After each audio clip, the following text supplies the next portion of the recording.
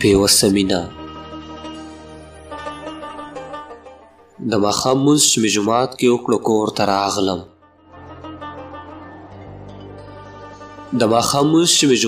وکړو کور ته راغلم. د خپلې مور سره د کټ په لنګه کېناستمه. ناڅاپه ډب ډب شو، چا ور د کوڅې وډبوو. مور مې زوی ته وروځه چې ور څوک ډبوي، که څوک ملنګ وي نو څه خیر ورله ور وباسه بیا.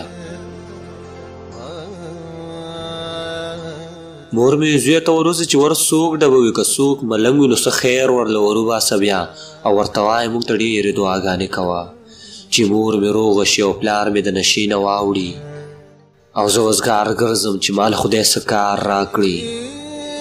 ما ویلې ښه مور راپاڅېدم، کوڅې له راغلم، ور مې کولاو کړو. ما ویل څه راوړم، وړکه ګوړه. خو چې مې بره ورته وکتل حیران پاتې شوم.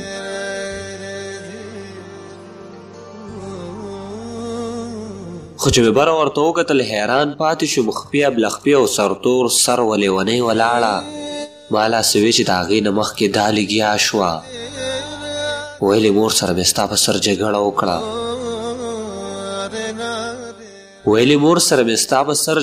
وکړه. کور کې چې کار هم کوي، تاسو ته کنځلې کوي، ستا نامه اخلي او خیرې کوي چې خدای دې ورک کړي.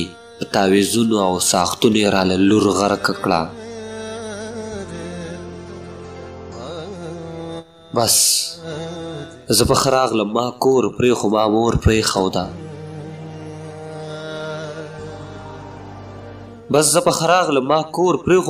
پرېښوده. راځه چې دواړه چېرته لرې د دې خلکو لاړ شو.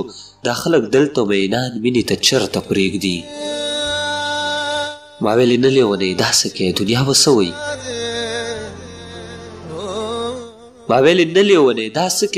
به څه وایي. چې د پلانکي خان لور د شپې چا سره وتښتېده. پلار به دې مړ شي له خفګانه، دا زیاتې مه کوه. زه کور ته لاړه شه او ښه په آرام کور وده شه. سهار که ژوند و نو په دې به بیا خبره کوو. دا په ژړا شوه. ویلې ته هم بېوفا وختې. ما خو به ستا په مینه ملا تړله، څه خبر وم. پتلو به لاړه شم، خو ته مې دا خبره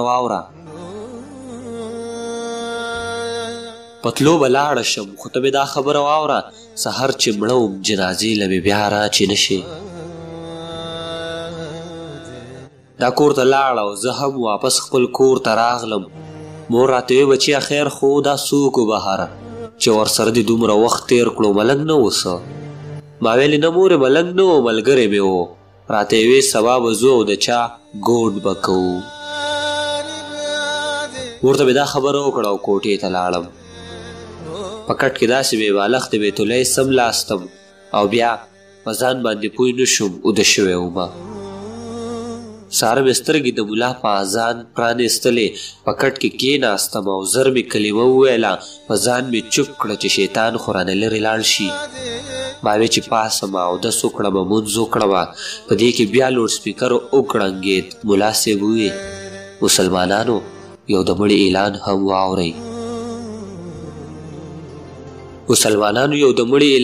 واورئ. زموږ د کلي د پلانکي لور په حق ورسېده. د کلي خلکو یو کټ راواخلې، هلته راشئ. اعلان مې واورېدو، خو ما ویل جوړه خوب وینمه چې دروازې ته مې نظر شولو نو مور مې راغله. راته یې وی بچیه پاسه لیونۍ مړه شوله. خیر دی نن ګوډ لمزه، نن د مړي ځای ته ورشه. مور مې خبره لا پوره مکمل کړې نه وه. زه زر راپاڅېدم او سیده هلته ورغلمه. هلته چې ورغلم یو شور و یو غوغا جوړه وه. مور به یې چغې کړې چې لیونۍ پاسه که نه. ځای را جارو که او بیا لوښي د ټول کور ووینځه. پلار له جامې دې ورکړه، روڼو ته دې چای کېدوه.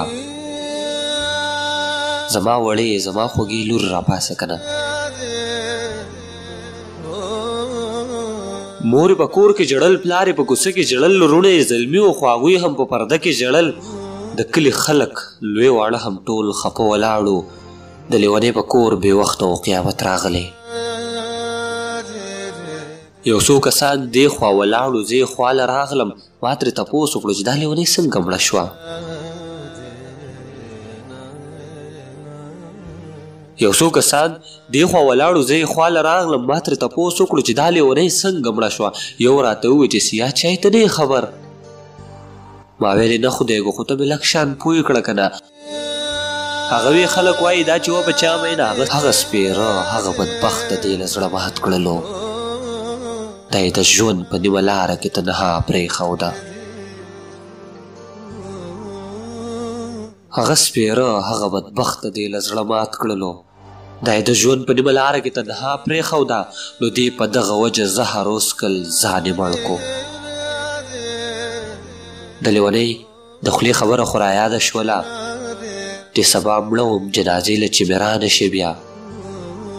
ما وی پښتون یم په ژوند درله زه هم نه درځم، خو چې ځان مړ کړم نو تا سره یو ځای به شمه. په دغه خیال باندې واپس کور ته راورسېدم چې لیونۍ نشته نو زه به دنیا څه کومه. چې کور ته راغلم نو مور مې په ژړا کې ووی زویه په سترګو مې تیاره ده جوړې، زه هم مرمه. ما ویلې خدای به خیر کړي مورې داسې مه وایه ته. ګاډی مې راوستو او زر مې هسپتال ته بوتله. په هسپتال کې ډاکټرانو ورله چیک اپ وکړو. ویلې ځوانه دا داخله کړه چې بوی نه ځې. په هسپتال کې مې 15 ورځې تېرې کړلې. را سره غم د خپلې مور و رانه هر څه هیر و. د لیونۍ دپاره مړ نه شومه، د خپلې مور دپاره ژوند کومه. څومره مجبوره وي بې وسه مینه، څومره مجبوره وي بې وسه مینه.